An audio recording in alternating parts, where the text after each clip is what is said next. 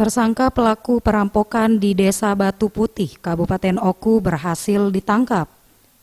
Usai salah satu warga di desa itu berhasil memvideokan aksi perampok dan selanjutnya video tersebut viral.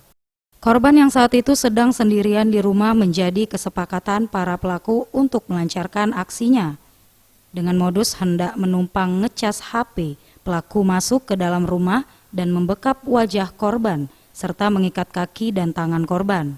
Dengan cepat pelaku membawa kabur barang berharga milik korban seperti laptop, HP, dan sepeda motor yang terparkir di luar rumah. 2 dari 3 pelaku berhasil diringkus tim Resmob Singaogan Polres Oku. Sementara pelaku lainnya masih dalam pengejaran pihak kepolisian dan hal ini disampaikan Kasih Humas Polres Oku AKP Budi Santoso. Rumah korban. Pada saat menumpang di rumah korban, dilihatnya ada sepeda motor di bawah rumah. Kemudian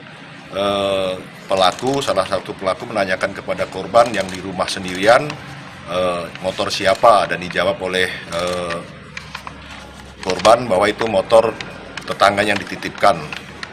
Selanjutnya setelah mendengar keterangan dari korban bahwa dia sendirian di rumah, langsung ketiga pelaku masuk ke dalam rumah, kemudian menyekap, dan selanjutnya ketiga pelaku mengambil sepeda motor yang ada di bawah rumah.